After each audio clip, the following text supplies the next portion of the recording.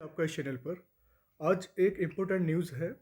भारतीय नागरिकता अधिनियम से रिलेटेड इंडियन सिटीजनशिप एक्ट के अकॉर्डिंग हम यहाँ बात करेंगे 1955 1955। हम बात करेंगे 1955 ही क्यों रखा गया, क्योंकि हमारा देश को आज़ाद हुए 8 साल हो गए थे और 8 साल होते हुए भी यहाँ तक कि अफ़गानिस्तान, पाकिस्तान, बांग्लादेश से काफ़ी लोग जो है एंटर कर चुके थे भारत देश के अंदर। उस बिहाफ पर एक एक्ट लाया गया और उस एक्ट का नाम था, आप जानते हैं, इंडियन सिटीजनशिप एक्ट 1955 में। अब इस पे कई सारी चीज़ें हम लोग यहाँ डिस्कस करेंगे जो हमारे इम्पोर्टेंट रहेंगे फॉर ऑल एग्जाम से रिलेटेड, और एक अवेयरनेस वीडियो रहेगा। ओके गाइस, तो आप लोग सपोर्ट करते रहिएगा। मैं यहाँ पर डिस्कस करता चला जाऊँगा साथ साथ कि इंडियन सिटीजनशिप एक्ट, ठीक है। इंडियन सिटीजनशिप एक्ट आया, सिटीजनशिप एक्ट ऑफ 1955, ठीक है। भारतीय भारतीय नागरिकता अधिनियम, भारतीय नागरिकता नागरिकता अधिनियम, क्लियर। इस पर हम लोग यहाँ डिस्कस कर लेंगे। अब यहाँ से बहुत सारे ऐसे पॉइंट बनेंगे जो वेरी वेरी इंपॉर्टेंट रहेंगे गाइस। तो भारत में अवैध लोग यहाँ पर एंट्री कर गए थे, और अवैध लोग मतलब जो बाहर के लोग थे। मैं आपको बात करूं 1955 लाने का जो प्रावधान था, 1946 से ही कई सारे जो लोग थे बाहर के, जैसे बांग्लादेशी, यहाँ मैं पाकिस्तान लिखूंगा, ठीक है, अफगानिस्तान और बांग्लादेशी, क्लियर। इन्होंने पूरी तरह से साठ गांठ बना ली थी कि भारत आज़ाद होने वाला है और हम पाकिस्तान, अफगानिस्तान, बांग्लादेशी जितने भी हैं वो 1946 में ही यहाँ पर रहना शुरू कर देंगे। इसलिए 1946 में ही इन्होंने रहना शुरू कर दिया, बिना मतलब कोई भी डॉक्यूमेंट नहीं था इनके पास, विदाउट विदाउट डॉक्यूमेंट। याद रखना, बिना डॉक्यूमेंट के आधार पर इन्होंने यहाँ पर शरण ले ली 1946 में, ठीक है।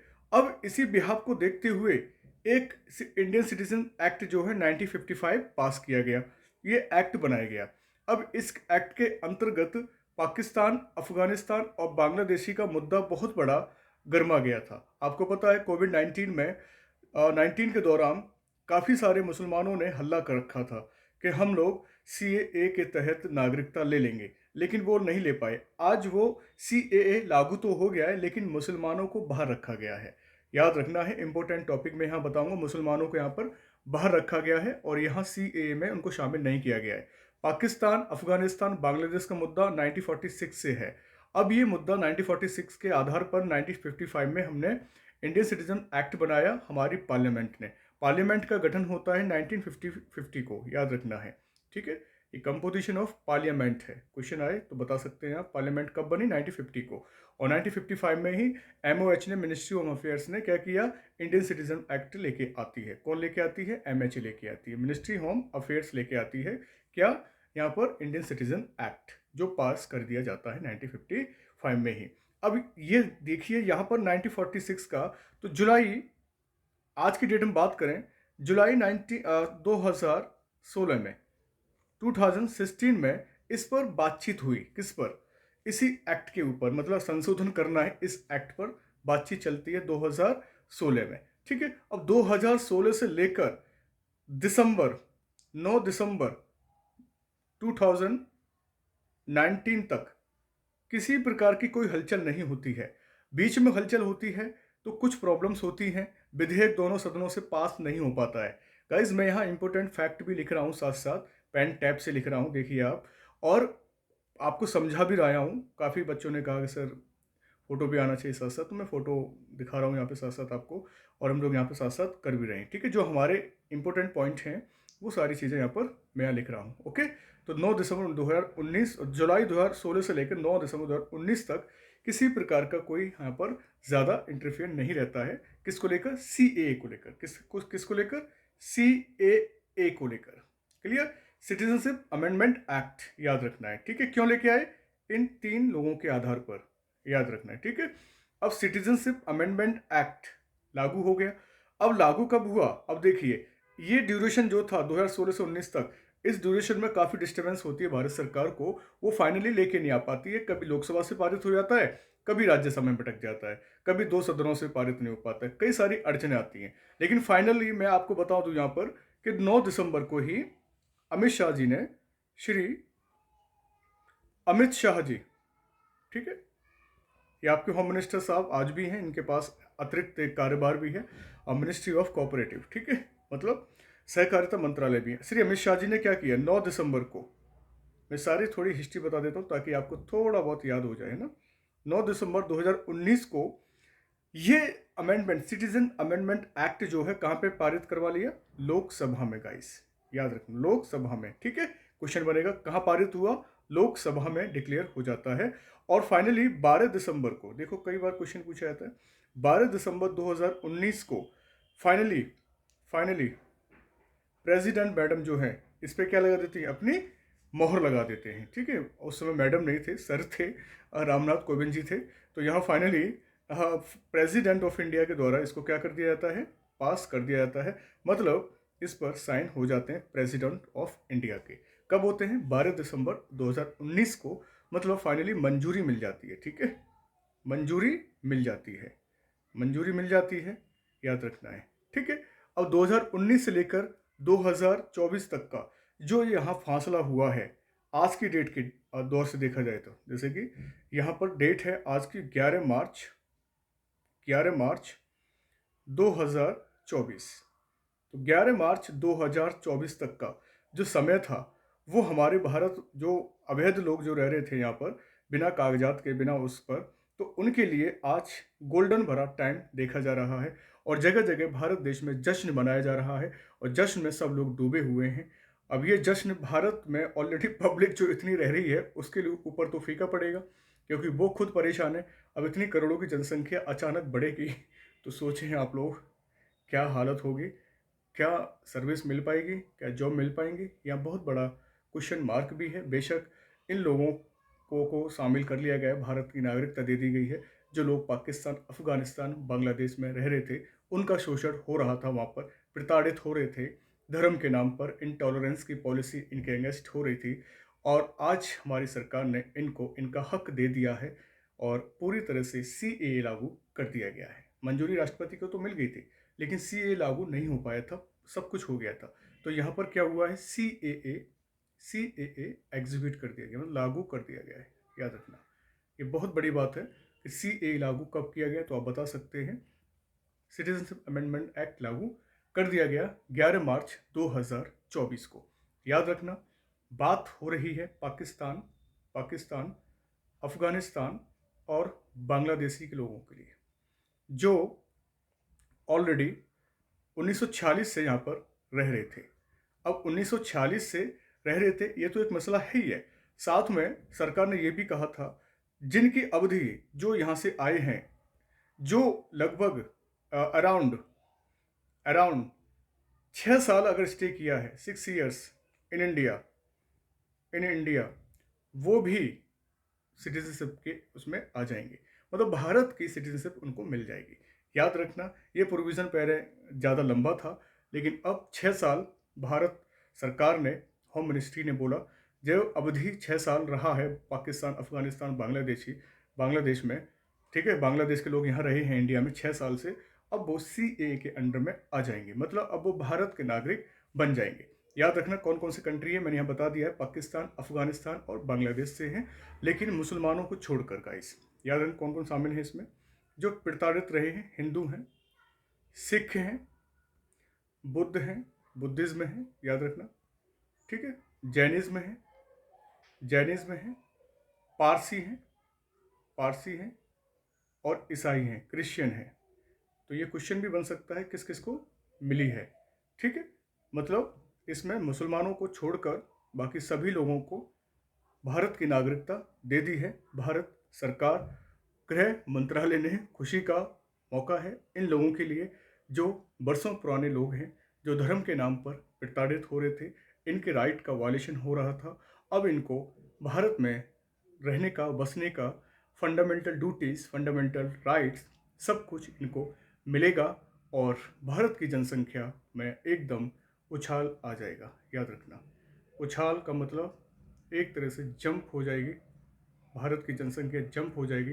वैसे आज की डेट में 142.86 करोड़ है, ये डेटा है 2023 का।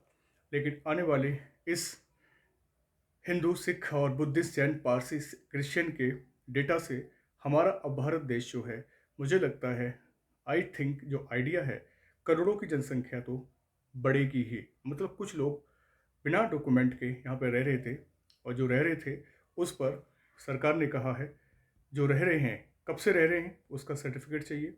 अब देखिए क्या होगा, ऑनलाइन पोर्टल पर सरकार ने उनके लिए ऑनलाइन पोर्टल खोल दिया है, ऑनलाइन पोर्टल ओपन कर दिया गया है।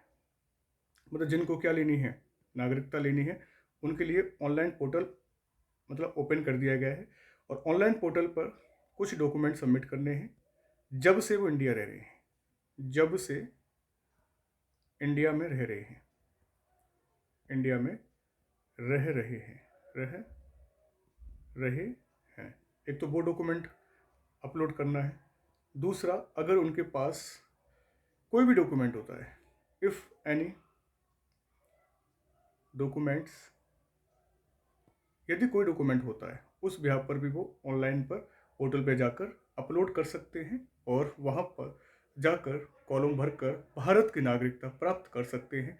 लेकिन बशर्ते एक बस डाउट होना चाहिए, एक मतलब सस्पेक्ट ये है, उन लोगों के पास अपने देश की नागरिकता नहीं होनी चाहिए। जैसे मैंने यहाँ बात की है किस किस की, पाकिस्तान, अफगानिस्तान, बांग्लादेश, ऐसे लोग जो इनकी नागरिकता नहीं रखते हैं वही यहाँ पर एलिजिबल होंगे, याद रखना। और जब से वो इंडिया में रह रहे हैं वो यहाँ एलिजिबल हैं। अगर उनके पास कोई डॉक्यूमेंट है तो वो यहाँ एलिजिबल हैं। जब से रह रहे हैं कोई ना कोई चीज़ होगी, कहीं ना कहीं पासपोर्ट होगा, कोई वीज़ा होगा।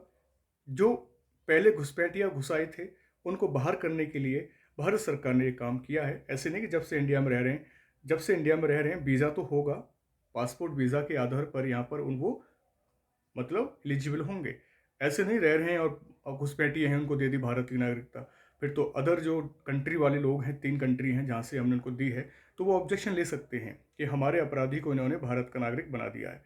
तो ये सब कुछ देखभाल करके, डॉक्यूमेंट वेरिफिकेशन करके, सब कुछ कर कर तभी जाके वो भारत का नागरिक होगा। वैसे हो तो जाएगा जब इतना सारा काम हो गया है। तो ऑनलाइन पोर्टल पे जाके ही वो इंडिया में जो रह रहे हैं वो लोग तो आजकल प्रमाण पत्र बनवा लेते हैं, कोई इतना बड़ी बात नहीं है, ठीक है। और कोई भी डॉक्यूमेंट वो बनवा कर अपना यहाँ पर अपलोड कर देंगे, और वो अपनी एक नागरिकता, एकल नागरिकता, सिंगल सिटीजनशिप यहाँ पर ले लेंगे। तो ये उन लोगों के लिए खुशखबरी है, और भारत को लोगों के लिए इतनी खुशखबरी नहीं है, इसलिए इतना हंसने की ज़रूरत नहीं है। यहाँ पर हम वैसे भी 142 करोड़ हैं 2023 के अकॉर्डिंग, इनकी जनसंख्या जंप करेगी, और जंप से ही ये संख्या बढ़ जाएगी 150 पार, 150 करोड़ के पार बढ़ेगी। तो आप समझिए कि हम जो नौकरी की तैयारी कर रहे हैं स्टूडेंट, जो काबिल हैं, क्या वो आगे थोड़ी मेहनत से नौकरी मिल जाएगी? मतलब जहाँ 10 लाख बैठ रहे हैं वहाँ अब समझ लीजिए 15 लाख बैठेंगे, उनके बीच कंपटीशन बढ़ेगा। समस्याएं कम नहीं हुई, बढ़ेंगी। जितनी जनसंख्या बढ़ेगी उतनी देश में समस्याएं भी बढ़ेंगी, है ना। लॉ एंड ऑर्डर भी कंट्रोल करना मुश्किल हो जाएगा। साथ में क्राइम जो हो रहा है उनको भी कंट्रोल करना पड़ेगा। लिटरेसी कम हो रही है, उस पर फोकस करना है। पॉवर्टी बढ़ रही है, उसको भी देखना है। अनएम्प्लॉयमेंट बढ़ रहा है, उसको भी फोकस करना है। मतलब चैलेंज ही चैलेंज है, ऐसी बात नहीं जनसंख्या बढ़ गई तो हो बल्ले बल्ले बल्ले बल्ले करें। चैलेंज ही चैलेंज है भारत सरकार के लिए और यहाँ की आवाम के लिए, जो हम सब लोग रह रहे हैं। हम तो चाहते हैं कि बेचारे जो प्रताड़ित होते हैं उनके लिए ये एक ऑप्शन खुले, ऑप्शन खुल गया और वो इंडियन के नागरिक कहलाएंगे। आज से ही CAA लागू हो गया है, ठीक है, याद रखना। ये तो एक होगी, एक परिप्रेक्ष्य में जो चलता आ रहा है बरसों पुराना, जो सपना है लोगों का वो आज पूरा हुआ है। भारत, पाकिस्तान, अफगानिस्तान, ठीक है, पाकिस्तान, अफगानिस्तान, बांग्लादेश। अब बात करते हैं कि रोहिंग्या समुदाय हैं, म्यांमार के हैं, ठीक है, जो असम में होकर आए थे, एंट्री करे थे। तो उसके लिए सरकार ने, ये भी पॉइंट आता है NRC का, NRC, तो NRC लागू करने वाला पहला एक राज्य है असम। तो ये पॉइंट भी थोड़े से लिख लेंगे आप, जहाँ से आपके क्वेश्चन बनने की संभावना रहती है, याद रखना। तो पहला NRC है, नेशनल रजिस्टर सिटीजनशिप। इस पर भी बहस हुई थी काफ़ी, दिल्ली में काफ़ी ताबड़तोड़ हमले किए गए थे, प्रदर्शन हुए थे। लोग क्या हैं, बैठ गए थे प्रदर्शन करने के लिए, एगिटेटर्स क्रिएट होने लगे। तो नेशनल नेशनल रजिस्टर सिटीजनशिप, ठीक है, फुल फॉर्म आया तो लिख लेना। पहला राज्य असम हो गया। मतलब ऐसे घुसपैठिए जो म्यांमार से आए थे, बांग्लादेश से आए थे और असम से एंट्री करते हुए पूरे भारत में फैल गए थे, उनके लिए मिनिस्ट्री ऑफ होम अफेयर्स ने एक मतलब मिशन लागू किया था कि जिनके पास डॉक्यूमेंट नहीं है वो भारत से बाहर हो जाएंगे, याद रखना है, ठीक है। तो मैं लिख देता हूँ national national register register citizenship, ठीक है, ये फुल फॉर्म है सिटीजनशिप। और ये तभी लागू हुआ था, मैं आपको बताऊं, 2019 में सबसे पहले असम लागू करने वाला राज्य बनता है। क्योंकि यहाँ सबसे बड़ा प्रॉब्लम कहाँ से आया था, ये सेकंड मैटर याद रखना, पहला मैटर मैंने आपको बता दिया है, ठीक है। मैं सारी चीज़ें और बता दूंगा किस एक्ट में है, वो किस पार्ट में है, संविधान में रखा गया है, क्यों रखा गया है, कहाँ से लिया गया है, इस पर बात कर लेंगे। तो नेशनल रजिस्टर सिटीजनशिप 2019 में लागू करने वाला असम राज्य पहला राज्य बना है, ठीक है, याद रखना। लेकिन ये वहाँ पर ही फुल स्टॉप हो गया और पूरे नॉर्थ ईस्ट में ये फैल नहीं पाया क्योंकि कोरोना आ गया था, उस वजह से क्या है, ये पेंडिंग में चला गया। इसलिए एनआरसी पे भी काम होगा, सीए पे हो चुका है, एनआरसी रह गया है। क्योंकि एनआरसी में जो मुद्दा बनेगा वो बनेगा म्यांमार, ठीक है, म्यांमार और बांग्लादेश, वो यहाँ से मुद्दा बनेगा। तो म्यांमार और बांग्लादेश के जो लोग हैं जो घुसपैठ कर रखी है और असम में बांग्ला और उसमें वेस्ट बंगाल में रह रहे हैं, उनके लिए नेशनल रजिस्टर सिटीजनशिप लागू कर दिया गया है। और वहाँ पर डॉक्यूमेंट चेक भी किए जाएंगे और एक एक करके उनको देखा जाएगा, वेरिफिकेशन किया जाएगा, तभी वो आगे इंडियन सिटीजनशिप कहलाएंगे। तो अलग अलग एनआरसी के पूछा जाए तो एनआरसी में म्यांमार ज़्यादा मतलब भागीदारी निभा रहा है यहाँ पर, और वो कहता है कि हम यहाँ पर इंडियंस हैं। तो ये कुछ घुसपैठिए हैं जो ऑलरेडी नॉर्थ ईस्ट की बाउंड्री से एंट्री कर चुके हैं। तो मुझे लगता है अगर एनआरसी लागू हो गई और ये लोग यहाँ से फेक डॉक्यूमेंट बना के तैयार कर लिए गए और अंदर हो गई, तो मुझे लगता है जनसंख्या और ज़्यादा बढ़ने वाली है। क्योंकि पड़ोसी मुल्क जो हैं चाहते हैं भारत में डिस्टर्बेंस क्रिएट हो और अपने आदमी ये धीरे से पहुंचा देंगे। और जहां हम लोग खुद परेशान थी जनसंख्या को लेकर, और जनसंख्या विस्फोट होती नज़र आ रही है। मतलब सॉल्यूशन कुछ भी नहीं मिल रहा है। हम मानते हैं कि हमारे ही लोग, हमारे मज़हब के लोग, कुछ अलग मज़हब के लोग हैं जिनको हमने नागरिकता दी है, लेकिन नागरिकता की आड़ में ये भारत देश में क्या पॉजिटिव फीलिंग लेके आएंगे या नेगेटिव लेके आएंगे, ये तो आगे ही बताएंगे क्या होगा, ठीक है। एक बहुत बड़ा क्वेश्चन मार्क है यहाँ पर, याद रखना है। तो हम लोग यहाँ पर डिस्कस कर लेते हैं नागरिकता। तो हमारे भारत में सिंगल सिटीजनशिप है गाइस, ठीक है, सिंगल सिटीजनशिप है।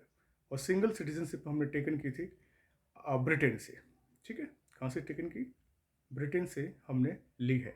और ब्रिटेन से ली है, अच्छी बात है। और ये पार्ट किस में है, तो अब पार्ट संविधान के पार्ट 2 में यहाँ पर हम लोग डिस्कस करते हैं, ठीक है। और हम बात करें आर्टिकल कौन सा है, तो आर्टिकल नंबर 5 से 5 to 11 है, ठीक है। ये क्वेश्चन पूछे जाते हैं, ओके। 5 to 11 है। कितने प्रकार से ले सकते हैं हम लोग, देखिए यहाँ पर हम लेने के माध्यम क्या है, टेक कर सकते हैं कि 3 प्रकार से ले सकते हैं और गिव अप कर सकते हैं, है ना, छोड़ सकते हैं। 3 प्रकार से लेने के तो वैसे काफ़ी माध्यम है, लेकिन जो इम्पोर्टेंट है जैसे बाय रजिस्ट्रेशन या बाय बर्थ, बाय रजिस्ट्रेशन और बाय डिसेंट मतलब आनुवंशिकता के आधार पर, रजिस्ट्रेशन के आधार पर और बर्थ के माध्यम से भी हम लोग ले सकते हैं। गिव अप क्या है, गिव अप में सबसे पहले क्या कर सकते हैं हम लोग, चेंज कर लेते हैं मार्कर। गिव अप में कर सकते हैं हम लोग by self, second by terminate, याद रखना है, लिख रहा हूँ इसलिए थोड़ा निगाह उस साइड है। Third by deport, done. ये 3 पॉइंट हैं जहाँ से हम छोड़ सकते हैं और ले सकते हैं, 3 पॉइंट हैं। 3 याद रखेंगे तो मुझे लगता है याद हो जाएगा। कई प्रकार हैं नागरिकता के भी, याद रखना, संविधान का पार्ट है, वेरी इंपॉर्टेंट चैप्टर्स होते हैं ये। अब देखिए बाई बर्थ में जिसका जन्म हुआ हो ऑटोमेटिक बन जाएगा। बाई रजिस्ट्रेशन जो लगभग 7 साल रहा हो वो बन जाएगा। डिसेंट जो आनुवंशिक है, उसके माता पिता रहने वाले हों उस देश के, तो वो ले सकता है। गिव अप का मतलब हो गया जैसे बाई सेल्फ, स्वयं ही त्याग रहा हो तो वो त्याग सकता है। बाई टर्मिनेट, जिसने क्या किया हो, टर्मिनेट का मतलब हो गया कि उसका फेक डॉक्यूमेंट लिए हैं, वो फेक डॉक्यूमेंट के आधार पर उसने हमारी नागरिकता हासिल की है, तो उसको टर्मिनेट किया जाएगा। जैसे कि एनआरसी टर्मिनेट किए जा रहे हैं मैक्सिमम, ठीक है, याद रखना है। और सीए में तो काफ़ी निकाले जाएंगे, ऐसी बात नहीं है, क्योंकि भर्ती कर लिया ऐसे हो जाएगा, ऑनलाइन पोर्टल पे वेरिफिकेशन होगा, ये सारी चीज़